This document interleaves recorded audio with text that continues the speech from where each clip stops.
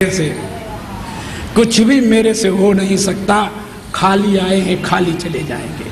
तो सच बताओ, मेरा भी तो हिस्सा बाप की प्रॉपर्टी में है कि नहीं है? है। और वो सब तुमने बांट लिया, मेरा हिस्सा भी तो तुम्हारे हिस्से में दब गया, क्योंकि हमारा हिस्सा। इसीलिए तो तुम मुझे रोटी खिलाते हो, इसलिए नहीं खिलाते कि कोई रोटी सब तो खिलाना चाहिए, इसलिए खिलाते हो। इसलिए खिलाते, मजबूरी है तुम्हें कि तुमने मेरा हिस्सा दाब रखा है, तुम्हें तो देना ही रोटी पड़ेगी, मुझे कपड़े देने ही पड़ेंगे, मुझे अपने घर में सुलाना ही पड़ेगा, मुझे अपने घर में रखना ही पड़ेगा। ये ताकत तुम्हारी क्या है कि तुम ना रखो, क्योंकि मेरी प्रॉपर्टी दाब करके सब बैठ गए हो और मैं अकेला तनहा बेटा रह गया हूं अपने बाप का, तो सारी प्रॉपर्टी में मेरा समान रूप से हिस्सा है। बोलो, तो मेरा बाप ठीक है कि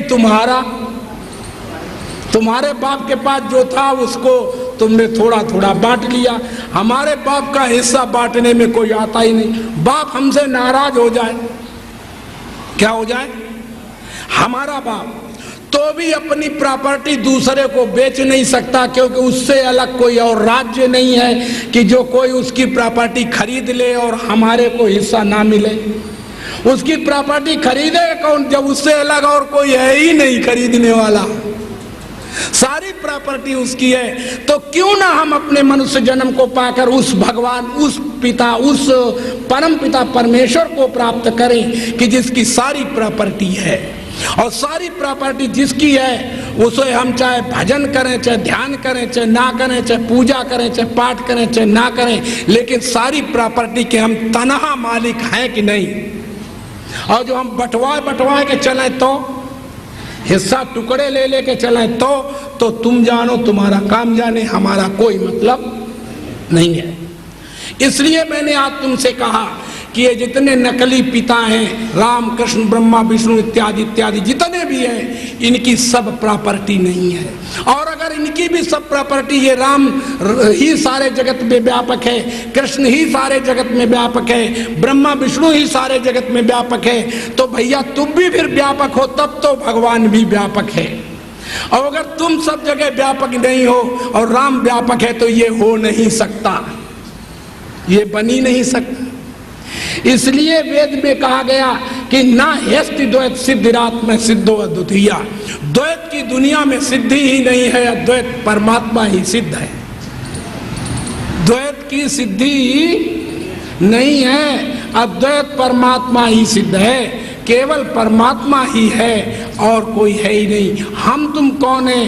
परमात्मा का हमारे में तसव्वुर रूप से प्राकट्य हो रहा है। कैसे हो रहा है ये मैं तुम्हें समझा सकता हूं, सुनिए प्रेम से बोलो सच्चिदानंद। जैसे करोड़ों शीशा दर्पण ऊपर को मुख करके रख दो, करोड़ों घड़े मिट्टी के या करोड़ों बर्तन पानी से भर के रख दो, सब में सूरज अलग अलग प्रतीत होता है और पूरा पूरा टुकड़े टुकड़े नहीं दिखाई देगा। कैसा दिखाई देगा? पूरा पूरा दिखाई देगा। ऐसे ही हम तुम शीशा और घड़े में पानी की तरह हमारे तुम्हारे शरीर हैं, और उसमें जो भगवान सबसे ज्यादा, देखो एक दिन हमने तुमसे ये कहा था कि पहला सिद्धांत तो ये ठीक है कि भगवान व्यापक है, लेकिन दूसरा सिद्धांत, इससे ऊपर का जो सिद्धांत है, उसमें ये नियम है कि भगवान व्यापक नहीं है। भगवान व्यापक, इसका क्या अभिप्राय हुआ कि भगवान व्यापक नहीं है? तो ये संत महात्मा सब क्या गलत बोलते रहे, क्या मतलब रहा? तो आइए हम तुम्हें बताते हैं। ये गलत नहीं बोल रहे हैं, सही बोल रहे, परंतु तुम्हारे समझ में गलती लग गई है। वो समझ में क्या गलती लग गई वो मैं बताता हूं। समझ में गलती ये लग गई, भगवान को वेदांत में सबसे बड़ा कहा गया और घन रूप से कहा गया। कैसा? सबसे बड़ा और घन। घन माने ठोस।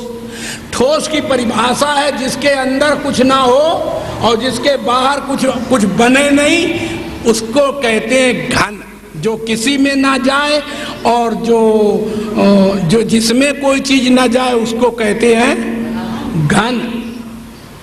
तो जो घन है और सबसे बड़ा है, तो जब सबसे बड़ा है और घन माने सबसे छोटा भी होगा, जब घन भी है तो सबसे छोटा भी होगा। तो जब छोटा और बड़ा ये दोनों अवस्थाओं में एक ही है, तो आप बताओ अब हमारे तुम्हारे सब में व्यापक हुआ कि नहीं? लेकिन परमात्मा व्यापक नहीं है, वो तो इतना बड़ा है, अपने स्वरूप में स्थित है। मजबूरी में हम ये बात कह रहे हैं कि भगवान सब में व्यापक है। भगवान तो अपने आप में जब सबसे बड़ा है तो सब में होगा कि नहीं? क्योंकि तुम सब उसके बीच में ही होगे कि नहीं? बोलो। तो बीच में हो, इसलिए हम कह रहे हैं कि तुम्हें भगवान सब में व्यापक है। तो उधर तो मैं व्यापक बता रहा था, इधर मैं कह रहा था कि भगवान सब में व्यापक नहीं है। तो कैसे ये कह रहे हो? तो मैंने तुम्हें बताया था कि मैं इस सिद्धांत से कह रहा हूं। किस सिद्धांत से आप कह रहे हैं? मैं इस सिद्धांत से कह रहा हूं कि जैसे घड़ों, अनेक घड़ों में जल भरा हुआ हो, सूरज जो है उसमें एक सा पूरा हर घड़े में दिखाई देने लगता है। वैसे ही मेरे शरीर में वो जो व्यापक भगवान है, सबसे बड़ा है, उसका आकार मेरे अंदर एकदम आ जाता है। और वो तसव्वुर बन शीशे में जैसे हमारा स्वरूप होता है, वो स्वरूप की तरह हमारे में भगवान या हमारे में हमारी सत्ता जीव की या भगवान की मालूम पड़ने लगती है। और ये हमारी गलती है कि जीव की सत्ता तो है ही नहीं, एकमात्र परमात्मा सत्ता ही है। तो तुम कहोगे ये कैसे? तो मैं बताता हूँ। हमारे यहाँ इस संसार में ये नियम बताया गया है कि भगवान एक है जो सब जगह व्यापक है। क्या बताया गया? भगवान एक है जो सब जगह व्यापक है। और दो सत्ताएं और बताई गई हैं कि एक प्रकृति की सत्ता है और एक जीव की सत्ता है। और भगवान की जो सत्ता तीसरी है वो व्यापक है, सब जगह है। तो जरा गौर करना, भगवान की जो व्यापक सत्ता पहले हटा दो, फिर ये प्रकृति और ये जीव रहेगा?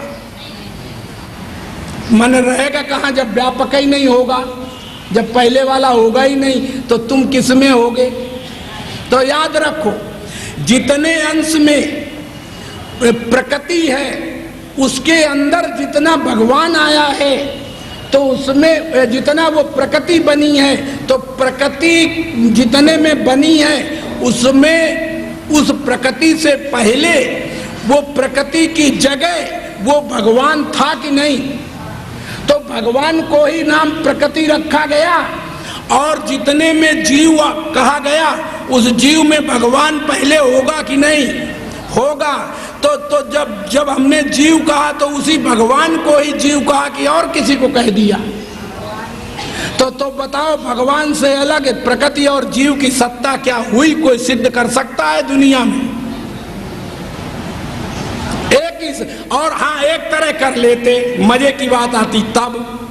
बड़े चालाक लोग हैं ना दुनिया, तो वो कर तो जाते, लेकिन जब कहते प्रकृति भी सब जगह व्यापक है और ईश्वर भी सब जगह व्यापक है और सब जगह जीव भी व्यापक है, तब तो कर लेते भाई। तब तो वो एक सत्ता से तीन सत्ता कह देते, तब तो बात ठीक बनती। लेकिन वहां तो जीव और प्रकृति को अल्पज्ञ कहा गया और थोड़े हिस्से में कहा गया, और ईश्वर को सर्व सत्ता में कहा गया कि सर्व जगह व्यापक है।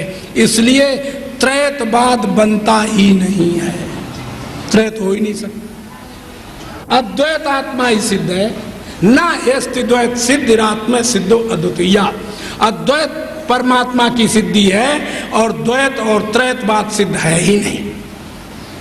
केवल अज्ञान से तुम चिल्लाए जा रहे हो। जैसे बहुत से आदमी, हमने तुम्हें कल कहा कि रबड़ का जो सर्प है तो जब तक तुमने रबड़ के सर्प को जाना नहीं और वो क्रिया कर रहा है तब तक तुम उसे डर रहे हो, और जिस दिन तुमने उसको रबड़ को जान लिया कि ये रबड़ का है तो उठा के अपने जेब में डाले रहोगे, चारपाई में पड़ा रहेगा, तुम सोते रहोगे। और अगर पता रहे कि ये सत्य है तो फिर वह तुम्हें दुखदाई इतना होगा कि तुम्हें चैन नहीं लेने देगा। तो रबड़ की सत्ता जैसे जान लेने पर सर्प की सत्ता उड़ जाती है, ऐसे ही परमात्मा ब्रह्म की सत्ता जानकर ये प्रकृति और जीव की सत्ता सदा के लिए खत्म हो जाती है। और सदा के लिए अगर सत्ता तुम्हारे दिमाग से खत्म नहीं हुई तो जीव और प्रकृति बन बन कर तुम्हें बारंबार जन्म मरण लेना ही पड़ेगा, आना ही पड़ेगा। जैसे दशरथ, जैसे मनु शत्रुपा बार बार भगवान अनेकों मिले और उन्हें मिलने के बाद भी उनका जन्म मरण होता रहा, और दशरथ बने तब भी जन्म मरण हुआ और रो रो मरे। ऐसे ही तुम भी उन्हीं की तरह अब ये तुम जानो कि अमावस्या तुम्हारी होगी कि नहीं है, तो तुम्हारी भी अमावस्या हो ही जाएगी। जब इनकी हो गई तो तुम्हारी कहाँ रह जाएगी, इसलिए अमावस्या हो ही जाएगी। तो इससे बचने के लिए क्या उपाय है? इससे बचने के लिए उपाय है एकमात्र तुम सत्य का सहारा लो। किसका? सत्य का सहारा लो। बोले सत्य का सहारा लेने से महाराज क्या होगा? तो मैं तुम्हें दृष्टांत एक बताता हूं, तुम्हारे समझ में आ जाएगा। एक राजा ने एक सोने का पिंजरा बनवाया, उसमें हीरे जवाहरात लगवाए और हीरे जवाहरात लगवा करके पिंजरे में और एक तोता को पकड़ा करके और उस पिंजरे में बंद करवा दिया और उसको पढ़ाया खूब। मैना के पास रख करके खूब बुद्धिजन्य प्रक्रिया से पढ़ाया गया, वो पढ़ गया। तो एक दिन दरवाजे पर ड्योढ़ी पर वो पिंजरा में बंद पक्षी अपने कर्मन को रो रहा है। तो जो बाहर जो खुले हुए पक्षी हैं, तोता और सब, वो देखते हैं, अरे मूर्ख, अरे ये पिंजरा बड़े भाग्यशाली को मिलता है, ये सोने का पिंजरा है, हीरे का जड़ा हुआ है, ये कोई साधारण पिंजरा नहीं है। अरे तुझे दाग छुआरे खाने को मिल रहे हैं, अरे तेरा बहुत बड़ा भाग्य है, तू रो रहा है। और प्यारे तुम बताओ, जिसने खुले आकाश में उड़ा हो, खुले आकाश में मौज ली हो, उसको कभी पिंजरा अच्छा लगेगा? हैं? तो वो बेचारा रो रहा पिंजरे में बैठे। राजा साहब, जैसे मेरा ये कमरा है ना सामने जिसमें हम रह रहे हैं, तो इस कमरे में राजा साहब एक दिन आके ठहर गए, थोड़ी देर के लिए विश्राम लेने लगे और उस दरवाजे पर पिंजरा टंगा हुआ था। राजा से एक सज्जन मिलने के लिए आ गया, तो मिलने के लिए आ गया तो द्वारपाल ने कहा, ठहरो पता करते हैं कि महाराज जी हैं कि नहीं।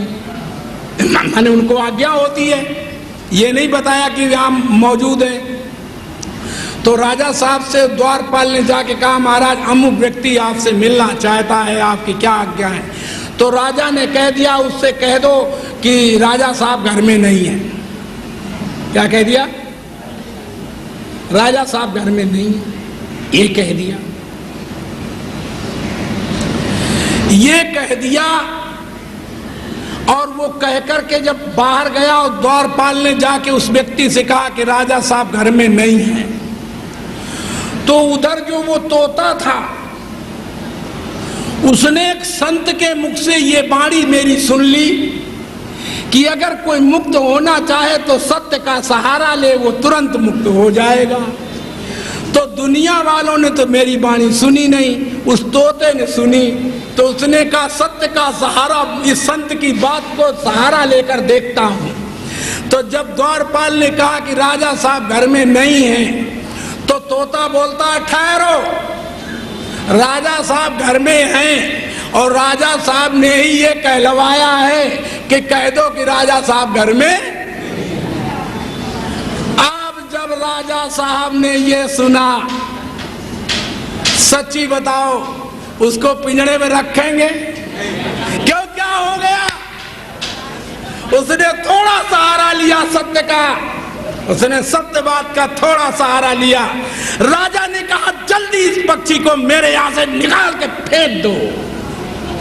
ऐसे पक्षी को मेरे यहां रहने का अधिकार नहीं है। सत्य बोलने वाले का अधिकार किसी राजा के यहाँ, किसी बड़े व्यक्ति के यहाँ, किसी मजिस्ट्रेट गवर्नर के यहाँ नहीं है। वहां तो सब झूठ बोलो रोज। नौकर होगा तो झूठ बोलेगा, नौकरानी होगी तो झूठ बोलेगी। माने अधिकार में कभी सत्य रहता ही नहीं, चाहे तुम मानो या हाँ, हमारे ज्ञान से अधिकार में भी सत्य रहता है। हमारे ज्ञान से सब जगह सत्य रहता है। सत्यवादी बनना है तो हमारा पाठ याद कर लो, और थोड़ा सा पाठ है, जन्म जन्मांतर के लिए तुम सत्यवादी हो जाओगे। तो क्या करें महाराज वो बताओ? तो मैं बता देता हूं।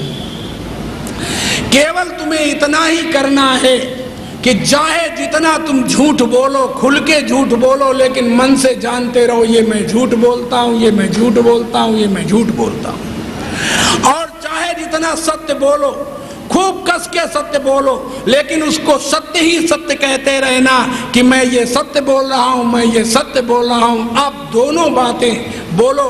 गृहस्थी में तुम बोल सकते हो कि नहीं? बोल सकते हैं, इसमें कोई कठिन नहीं है। सत्य को सत्य कहना और असत्य को असत्य कहने में कौन सा हर्ज है? लेकिन होता यह है कि सत्य को तुम असत्य कहते हो, असत्य को तुम सत्य कहते हो, इसलिए तुम जानो, तुम्हारा काम जाने, तुम्हारी क्या अवस्था है तुम जानो। तो जैसे मैंने तुम्हें बताया, अगर तुम्हें इन दुखों से छूटना हो और सत्य परमात्मा को प्राप्त करना हो, तो सत्य चेतन आनंद स्वरूप ज्ञान स्वरूप का सहारा लो। वो तुम्हारे तमाम बंधनों को तुरंत काट के फेंक देगा। और अगर तुमने तप जप से कटवाना शुरू किया कि तप करके, तो हमारे यहाँ ये बताया गया, तप करने वालों के पास कुछ तप करके बल आ जाता, होने लगती निज स्वार्थ पूर्ति। इससे भी क्या यदि काम क्रोध लोभादिक मोह मिटा न सके, फिर मत कहना कुछ कर न सके। अरे जो चीज तुम्हें मिटानी थी, जो चीज तुम्हें हटाए, नाम रूप को हटाना था, वो तो हटाया नहीं, और तप करके अहंकार बढ़ा लिया। और तुम्हें एक बात और बता दें, कुछ भी क्रिया करोगे, उस क्रिया से शक्ति का वर्धन होता है। कोई भी क्रिया करोगे, चाहे तप करो, चाहे जप करो, चाहे ध्यान करो, चाहे समाधि करो, उससे शक्ति मिलेगी, तुम्हें शक्ति बढ़ेगी। और जो शक्ति बढ़ेगी तो ये याद रखना, जहां शक्ति इकट्ठी हो जाएगी वहां शक्ति का अभिमान होगा, और जहां अभिमान होगा वहां पर परमात्मा तुमसे अलग हो जाएगा। इसलिए शक्ति से परमात्मा को प्राप्त कर लेना करता कोई अगर, तो फिर हनुमान भगवान को प्राप्त कर जाता। हनुमान के मुकाबले पर शक्ति दुनिया में कि राम ने एक भी पहाड़ नहीं जीवन में उठाया, लेकिन भगवान कहलाए। और हनुमान ने हजारों पहाड़ उठा डाले, ढो डाले दुनिया में, लेकिन उनको किसी ने भगवान नहीं कहा। और जब हनुमान को लोग भगवान कहते हैं, तब तुम्हारे को भी भगवान कहते हैं, तब तो हनुमान भगवान है। और हनुमान भगवान है और तुम भगवान नहीं हो, तो भगवान हनुमान नहीं है। प्रेम से बोलो सच्चिदानंद। बात समझ में आई कि नहीं? क्या भगवान जो है यदि तुमसे अलग है तो वो मर जाएगा, ये बात याद रखो। क्योंकि तुमने भगवान को जाना है इसलिए मर जाएगा, तुमने भगवान को देखा है इसलिए मर जाएगा, तुमने भगवान को समझा इसलिए मर जाएगा, तुमने भगवान का अनुभव किया इसलिए मर जाएगा। अनुभव आदि में आने वाला, बुद्धि मन से समझने वाला और आंख से देखने वाला, इंद्रियों से पकड़ने अनुभव करने वाला जो है वो सत्य नहीं होता, वो मिथ्या होता है, वो झूठ होता है, वो सत्य नहीं है। प्रेम से बोलो सच्चिदानंद। इसलिए सांप्रदायिकता का उन्मूलन जहां हमने अपनी पुस्तक में लिखा है, उसका अभिप्राय क्या है कि जब भगवान ही, ये जो नकली भगवान है ये काम नहीं करते, और इनसे संप्रदाय बढ़ती हैं, माने अलग अलग टुकड़े समाज के होते हैं। और जब ये सब भगवान नकली मिट जाते हैं तो असली जो एक भगवान है रह जाता है, तब सांप्रदायिकता का उन्मूलन जान लो हो जाता है। ये सांप्रदायिकता क्यों बढ़ जाती है? क्योंकि अनेक भगवान बढ़ जाते हैं। इस दुनिया में आजकल 200-400 भगवान तो जिंदा घूम रहे हैं। कितने? 200-400 भगवान तो जिंदा हैं दुनिया में, जो ये कहते हैं कि मैं भगवान हूं। क्या कहते हैं? जो अपनी पुस्तकों में लिखते हैं कि मैं भगवान हूं, ये कहते हैं, पुस्तकों में लिखते हैं भगवान फलाने, भगवान फलाने, भगवान फलाने। अब बताओ, ये जिंदा भगवान है? लेकिन हाँ है। कब? तब भगवान ये हैं जब गधा घोड़ा भी भगवान है। तब तो तुम भी भगवान हो, तब तो राम भी भगवान है। और गधा घोड़ा भगवान है नहीं और तुम हो भगवान, तब तो भगवान तुम हो नहीं सकते। प्रेम से बोलो सच्चिदानंद। क्यों? क्योंकि परमात्मा सदा एक रस अज अविनाशी। अविनाशी जो है वो सब में एक रस व्याप्त है। तो गधे के गधा, फिर से सुनो, यहाँ गधा भगवान नहीं है, गधे में भगवान है, क्योंकि घन रूप से व्यापक है।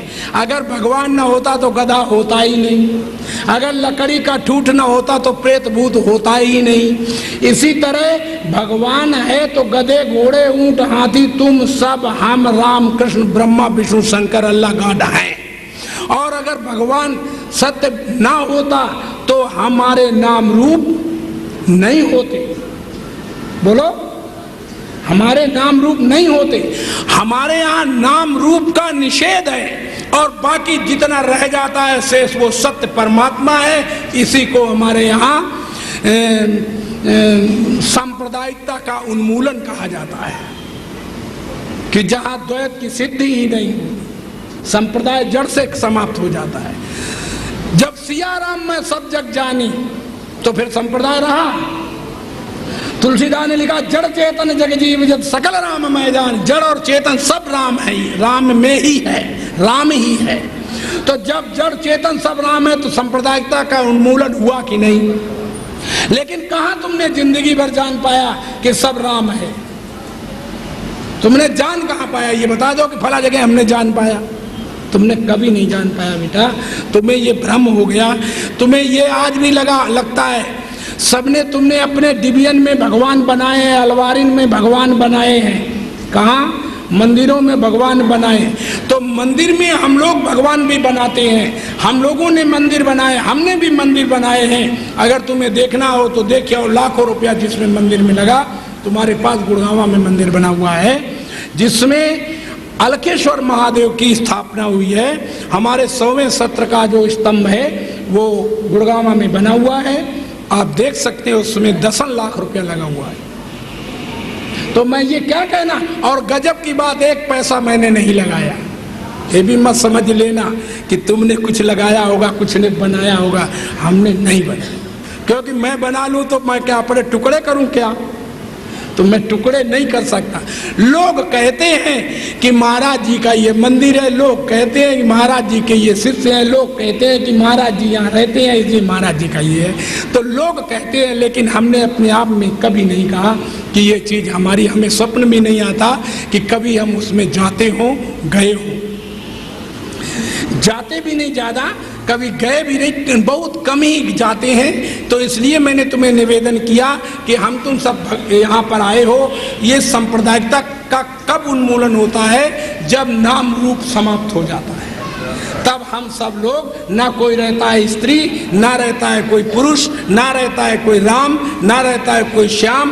फिर भी अबाध्य सत्ता जो है, सत चेतन आनंद रूप से, ज्ञान रूप से कही जाने वाली, फिर भी वो रह जाती है। और फिर भी वो जब रह जाती है तो उसका सत्य चेतन आनंद और ज्ञान को हटा दो, फिर भी उसका सत्ता जो जानने वाली फिर भी तो रह जाती है। और उस सत्ता का नाम रूप नहीं है। और उस सत्ता को जान लेने पर प्राणी वास्तव में जीते जीते मुक्त हो जाता है। प्रेम से बोलो सच्चिदानंद। बात समझ में आ रही है कि नहीं? हम सब क्यों दुखी हैं? देखिए, हम तुम्हें दुख की घटना दिखाते हैं। एक छोटा बच्चा है, अपनी छाया को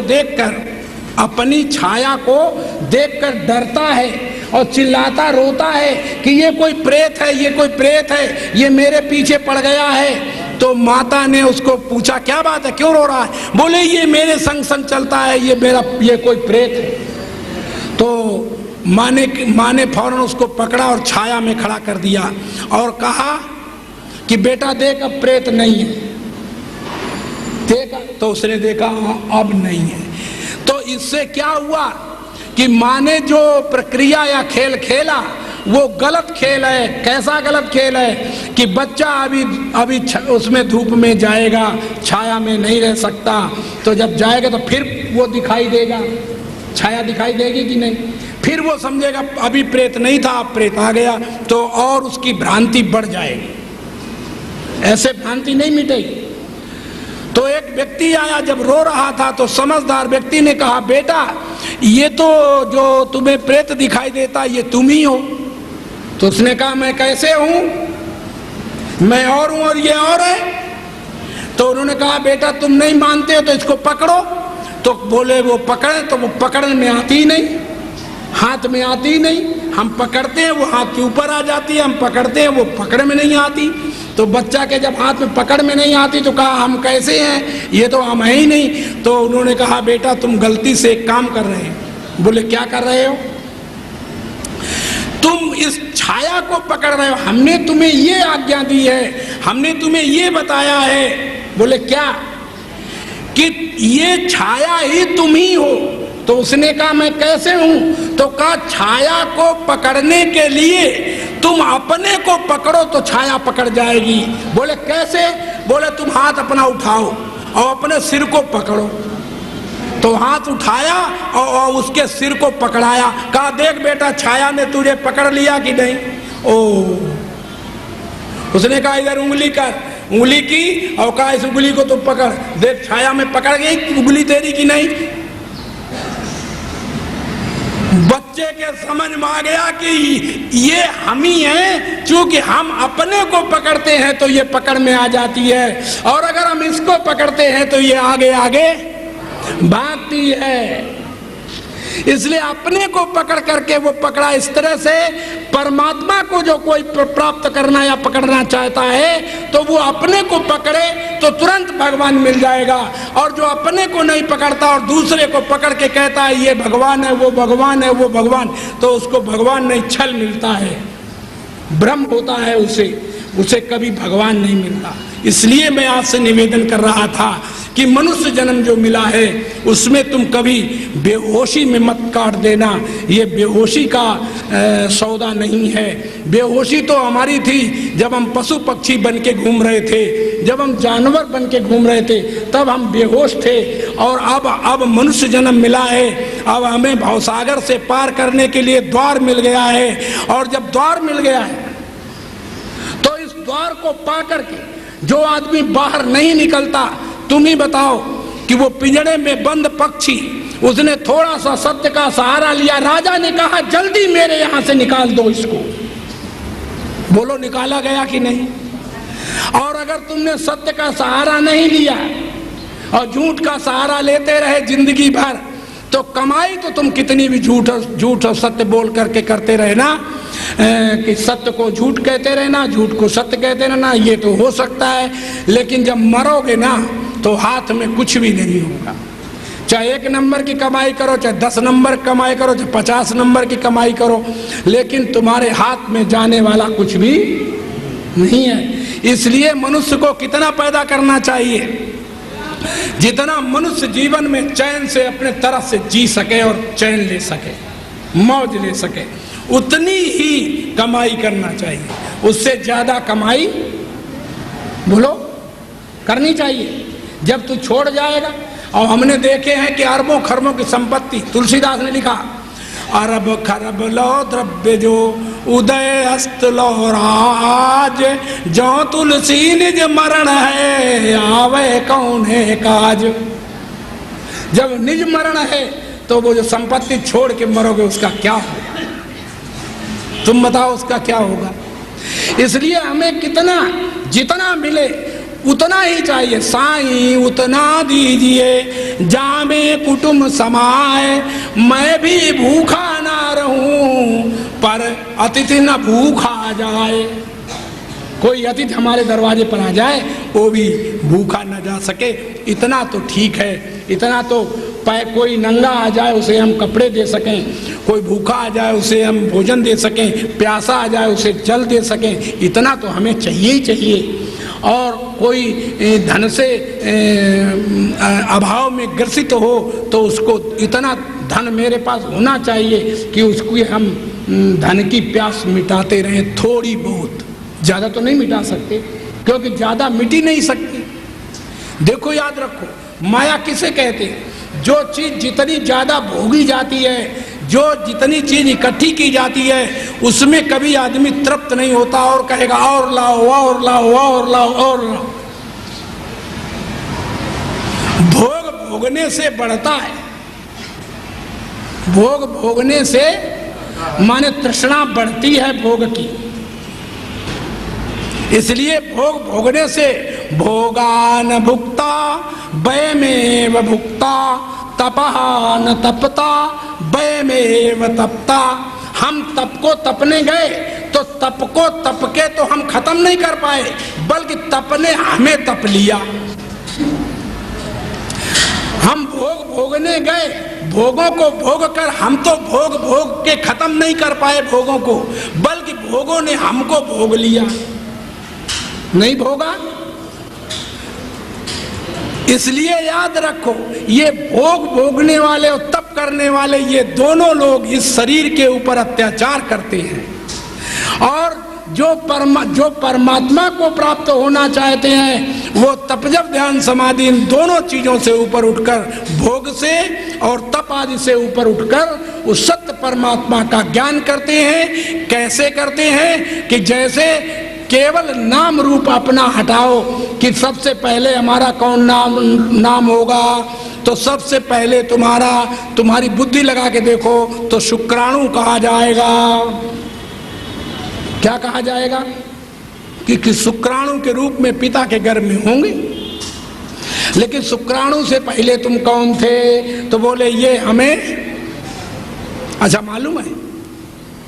तो कहे कि पहले हम अन्न होंगे, तो अन्न से पहले तुम कौन थे? पृथ्वी। और पृथ्वी से पहले कौन थे? जल। जल से पहले कौन थे? अग्नि। अग्नि से पहले वायु। वायु से पहले आकाश। आकाश से पहले कारण। कारण से पहले महाकारण। महाकारण से पहले मय तत्व। और मय तत्व से पहले हिरण्यगर्भ। और हिरण्यगर्भ से पहले ईश्वर। तो तुम कौन थे पहले? अरे कौन थे पहले? और जब मरोगे, मरने के बाद कौन रह जाओगे? ईश्वर नाम रूप से रहते रहे। और अगर नाम रूप याद रखा तो फिर से आओ जन्म लो, फिर मरो जन्म। तो नाम रूप का निषेध कर देने वाला व्यक्ति इस जन्म में जन्म मरण से छूट जाता है। प्रेम से बोलो सच्चिदानंद भगवान की। संतो कौन आवे है कौन जावे, बोले है वाकी खबर करो। संतो कौन आवे है कौन जावे, बोले है वाकी खबर करो। सुने है वाकी शोध करो।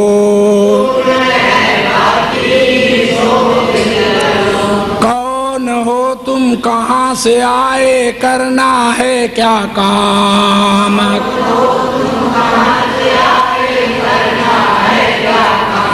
क्या करने में लग रहे हो रे, कहाँ पाओगे बीस राम, बोले है वाकी खबर करो। क्या करने में पाओगे बीस राम, बोले है वाकी संतो कौन आवे है कौन जावे, बोले है वाकी खबर करो। संतो कौन आवे है कौन जावे, बोले है वाकी खबर करो। धरो आदमी नाम, पानी को ये तो रूप तुम्हारो नाही, कहते हैं ईसे हाड़े, चाम बोले है वाकी खबर करो। ये तो रूप कहते हैं ईसे हाड़े, चाम बोले है वाकी सुत वित को सतमान न प्यारे, ये है मन का धोखा।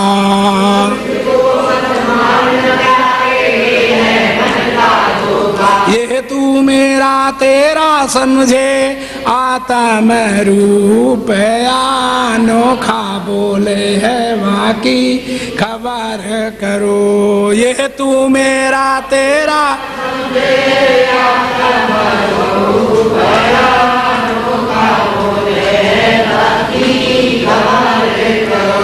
गुरु वचनों पर डट जा प्यारे, जो चाहे कल्याण। गुरु वचनों पर तत्वमसी का लक्ष्य समझकर, पालो तुम पादा निर्वाण, बोले है वाकी खबर करो। तत्वमसी का लक्ष्य समझकर, पालो तुम पादा निर्वाण, संतो कौन आवे है कौन जावे, बोले है वाकी खबर करो। संतो कौन आवे है कौन जावे, बोले वाकी खबर करो। प्रेम से बोलो सच्चिदानंद भगवान की। ख्याल में लो, थोड़ी सी समीक्षा और कर देते हैं 5-7 मिनट में, क्योंकि जो कल शाम की समीक्षा हुई, जो मैंने बोला था उसकी समीक्षा में ये कहना हमको है, चूंकि शेष सा रहे, यानी ज़्यादा अच्छा खुलासा नहीं हुआ, कि दुनिया में आपको हर वस्तु से चाहिए, हर वस्तु नहीं चाहिए। हर भगवान नहीं चाहिए, भगवान से चाहिए। ये बात तुम अच्छी तरह जान गए थे। और क्यों नहीं चाहिए, तो ये बात की थोड़ी सी बात और हम कर देते हैं। हमने कहा था भगवान वो है जो सबसे ज्यादा प्यारा, सबको प्यारा, सबसे ज्यादा सुंदर, सबको सुंदर, सबसे ज्यादा कीमती, सबको कीमती, और सबसे ज्यादा मोहक, और सबसे ज्यादा ऐश्वर्य वाला, और एक रस अव्यय, ऐसा भगवान है। तो ऐसे भगवान को जब हम खोजने चले, तो ये ऐसा भगवान था कहाँ, है कहाँ? तो हमने तुम्हें बताया कि हर क्रिया में हम सुख को चाहते हैं। किसको? सुख को चाहते हैं। और जब सुख को चाहते हैं तो सुख से चाहते हैं आनंद, और आनंद स्वरूप है भगवान। आनंद स्वरूप कौन है? हर क्रिया में आनंद को ढूंढते हैं, और आनंद स्वरूप भगवान है, और वो भगवान सबसे ज्यादा कीमती है। तो हमने ये देखना है सबसे ज्यादा कीमती है कौन। तो आइए तुम्हें समझाएं। जितने तुम्हारे भगवान हैं, जितने हो ये नहीं मैं जानता कितने, एक कमरे में बुला लो, और जितने तुम्हारे प्यारे हो, जिनको तुम बहुत ज्यादा प्यारा समझते हो, अपने कमरे में उसी में बुला लो, और तुम भी उसी कमरे में घुस जाओ, और कुंडी अंदर से और बाहर से लगवा लो, और फिर भीतर लगा लो आग। क्या लगा दो? तो सच्ची बताओ, कौन किसको बचाएगा? कौन भगवान को बचाएगा? कौन देवी देवता, कौन लड़के बच्चों को, कौन नाती पोतो? सबसे पहले तो सब कहेंगे कि हमारे बच जाए, हमारे बच जाए, लेकिन जब उनके ऊपर खुद जलने लगेंगे तब कोई भगवान प्यारा नहीं लगेगा। अपने आप को तुम बचाओगे। और जब अपने आप को बचाया तो कैसे बचाया? कि अपना शरीर जल जाए, साड़ियाँ नोच के फेंक दी, साड़ियाँ उतार के फेंक दी, शरीर को जहाँ पर अग्नि थी वहाँ पर पैर रख के, कि पैर जल जाए कोई बात नहीं, हाथ जल जाए कोई बात नहीं, शरीर जल जाए थोड़ा बहुत कोई बात नहीं, लेकिन इसमें जो रहने वाला है वो बच जाए। तो कीमती कौन हुआ? इसमें रहने वाला कीमती है और जो वो सबसे ज्यादा रहने वाला कीमती है। इसीलिए राम मिले और तुम्हें वो अपना तुम्हारा जो सबसे ज्यादा अंदर कीमती है वो मर जाए पहले, राम मिलने से 1 सेकंड पहले तुमसे मर जाए, निकल जाए, तो बोलो राम किसी को चाहिए? कृष्ण किसी को चाहिए? क्योंकि अपना आपा सबसे ज्यादा कीमती। परंतु होता ये है कि वो अपना आपा अपने अंदर है, वो बाहर नहीं है। और जब बाहर नहीं है तो और वो अपना आपा ही सबसे ज्यादा प्रिय, सबको प्रिय, सबसे ज्यादा कीमती, सबको कीमती, सब आनंददायक है। और उसी आनंददायक के लिए हर कर्म प्राणी करता है। और जब हर प्राणी करता है तो वो आनंद स्वरूप तो तुम्हारे अंदर ही है। तो अपना ही आपा हम पहले मन बुद्धि चित्त इनमें से निकल करके अपनी आंख से प्रकाश को लेकर के और तुम्हारे ऊपर डालते हैं, अपने से बाहर डालते हैं। बाहर डाल करके इस सारे जगत को प्रकाश से प्रकाशित करके अलग अलग रूपों में हम उसको बना लेते हैं। अपना प्रकाश निकाला, तुम्हारे ऊपर प्रकाश पहले है और हमारी आंखें नहीं है, तो बोलो फिर हो तुम कुछ नहीं, कुछ नहीं है। इसलिए हम पहले हैं, हम पहले इनसे निकल करके तुम्हारे ऊपर अपना प्रकाश डालते हैं। उस अंधेरे को देखने के लिए भी हमें आंखें चाहिए। उजाला को देखने के लिए तो आंखें चाहिए ही चाहिए, लेकिन अंधेरे को देखने के लिए भी हमें आंखें चाहिए। एक दिन मुल्ला नसरुद्दीन थे, तो वो अपने नौकर से बोले, रात्रि में सोते सोते सर्दी थी तो एक एक कमरे में लेटे थे, तो कहने लगे कि फलाने, बोले हाँ मुल्ला जी, बोले ऐसा है कि देख सूरज उदय हुआ है कि नहीं, बाहर निकल के देख। तो वो उसने धीरे से दरवाजा थोड़ा खोला, बाहर था अंधेरा, तो उसने फट से बंद करके कुंडी और 4 पाइप अपने लेट गया और लेट के बोला, मुल्ला जी बाहर बड़ा अंधेरा है। तो मुल्ला जी बोले, बेवकूफ, अगर बाहर अंधेरा है तो लालटेन जला के देख ले। अरे जब बाहर अंधेरा है तो क्या कर, लालटेन जला करके देख ले कि प्रकाश सूरज उदय हुआ कि नहीं। बात समझ में आएगी नहीं? क्या लालटेन जलानी पड़ेगी? क्यों? अरे भाई देखो, कुछ चीजें होती जिन पर प्रकाश अपना पहले डाला जाता है, कुछ चीजें होती हैं जिन पर प्रकाश नहीं डाला जाता। जैसे देखिए, तुमको देखने के लिए हमको प्रकाश चाहिए, तुमको देखने के लिए हमको आंखें चाहिए, तुमको देखने के लिए हमको बहुत चीजें चाहिए, लेकिन बताओ सूरज को देखने के लिए हमको क्या चाहिए? केवल आंख चाहिए। क्या चाहिए? केवल आंख चाहिए। सूरज की गोलाई को देखने के लिए हमें क्या चाहिए? केवल आंख चाहिए। सूरज के रंग देखने के लिए क्या चाहिए हमें? हमें केवल आंख चाहिए। इस तरह से, और सूरज के गोलाई को देखने, सूरज के रंग को देखने, सूरज के प्रकाश को देखने के लिए हमें क्या चाहिए? हमें केवल आंख चाहिए। और आंख के पीछे से, आंख भी हो, देख भी रहा है, लेकिन पीछे मन ना हो तो,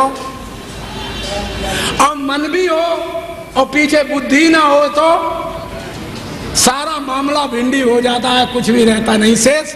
तो मैंने तुम्हें समझाया कि सबसे ज्यादा प्यारा, सबको प्यारा, सबसे ज्यादा कीमती अपने अंदर है। इसलिए ही तो ऋषियों ने कहा समाधि लगा करके भगवान को ढूंढो। जैसे उन्होंने कहा मुल्ला जी ने कि लालटेन लगा करके जला के देख ले, ऐसे लोगों ने कहा कि तुम समाधि ध्यान लगा करके उसको ढूंढो। और तुम ये नहीं जानते कि समाधि में किल्ली पिल्ले, कुत्ते पिल्ले और ये जगत वाले देवी देवता अवतार भी ये सब दिखते हैं, और कुछ भी सत्य भगवान नहीं दिखता। सत्य भगवान किसी का विषय नहीं है, भगवान ही सबको जानता है, भगवान को कोई नहीं जानता। ये ज्ञान में रखना चाहिए। प्रेम से बोलो सच्चिदानंद। हरि ओम तत्सत, हरि ओम तत्सत, हरि ओम तत्सत। वाणी को विराम। अच्छा हाँ, वेद मंत्र सुनो, हाथ जोड़ो, वेद मंत्र। सर्वे भवन्तु सुखिना, सर्वे सन्तु निरामया, सर्वे भद्राणि पश्यन्तु, माँ कश्चित् दुख भाग भवे। हे परमपिता परमात्मा, सब सुखी हों, दुखों से आजाद हों, यही हमारी सद्भावना है। ओ शांति शांति शांति। हरि घर घरी घर प्रसाद लेके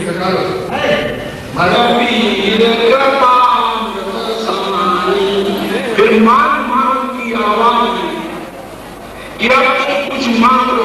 वो जब चल गए तो कहा तुम मांगो, हे मनु कुछ मांगो, सतरूपा तुम कुछ मांगो मांगो मांगो। तो मनु ने कहा ये हमारा